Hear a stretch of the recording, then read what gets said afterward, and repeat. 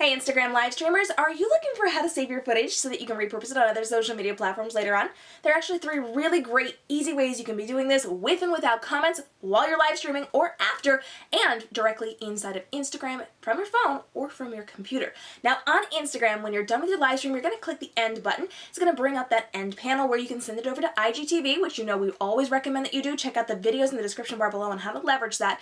And you're going to want to make sure that you save that footage. When you click that save button or that download button, it's going to save it directly to your phone, but you have to keep in mind there will be no comments. It is just the straight footage. So if you want those comments, if you had a really good conversation while you were live streaming, this is not maybe going to be your best option. Now I do recommend, pro tip for you, that you download the footage anyway, just in case something happens so that you've got that footage. But then you can do one of our other 2 ways to get those comments in here. Now keep in mind, you may not see the download button. Sometimes Instagram glitches. That just happens. And also, if you had a guest on from their account, so they joined you for an interview, you will not be allowed currently to download that footage because someone else was on with you, and Instagram's very, very careful about privacy. So you're going to have to use one of these other options, which comes down to using your phone to screen record or your computer to screen record. Now on your phone, if you have an iPhone, it's as simple as swiping up and clicking the little record button.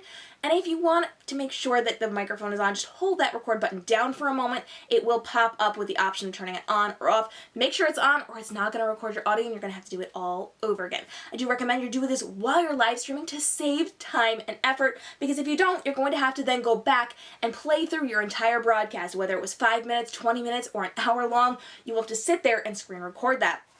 I also recommend that you do it while you're live because you can swipe away any notifications quickly, whereas if you just set it on your desk and let it run for an hour, you will have to sit there and stare at it to swipe away the notifications in case something comes in that you don't want on your screen recording.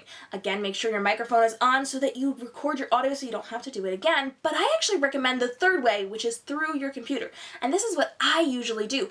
And that's because my phone has glitched on me a number of times when I try to screen record. So I actually tether my phone to my computer. I just use the charging cable and I plug it into my phone, and then I plug the other end into my computer. And then based on your type of computer, you're going to use a screen recording software. I'm a Mac, so I use QuickTime, which is so easy to do. All I have to do is pull up a new QuickTime file, I record a new movie, and I just set it as my phone, make sure the microphone and the camera are both my phone, and then I can just set it next to me and screen record it after the fact, if I'm recording after the fact, or I can do it while I'm live. So I actually have the ability to plug it in and screen record it while I'm live. But pro tip here, this is really important.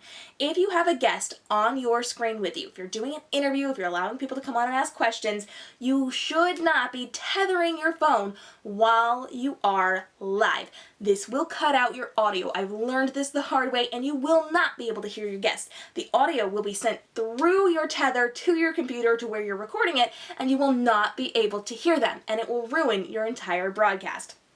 Now, bonus pro tip here, I actually have more than one device. I've got an old phone that doesn't have data on it that I can just plug in and charge to my wireless, and I have the ability to then use that from a different account to screen record what I'm doing while I'm on air right next to me, but through a secondary device so that it doesn't ruin my audio. You can do this through your iPads or your e-readers. You can do it through any device that has access to the Instagram app, and you can screen record it that way. But we also know that Instagram now allows us to live stream and view live streams through our desktop. So while we can't record through our desktops just yet, we can watch those live streams on our desktop, so you can record from there as well, making sure that your audio is being picked up along with the visuals. Now for more information on how to succeed on Instagram live streams, hit the subscribe and notification bell, because we're breaking down everything you need to know to grow your Instagram account significantly, quickly, in a really strong and valuable way for your business.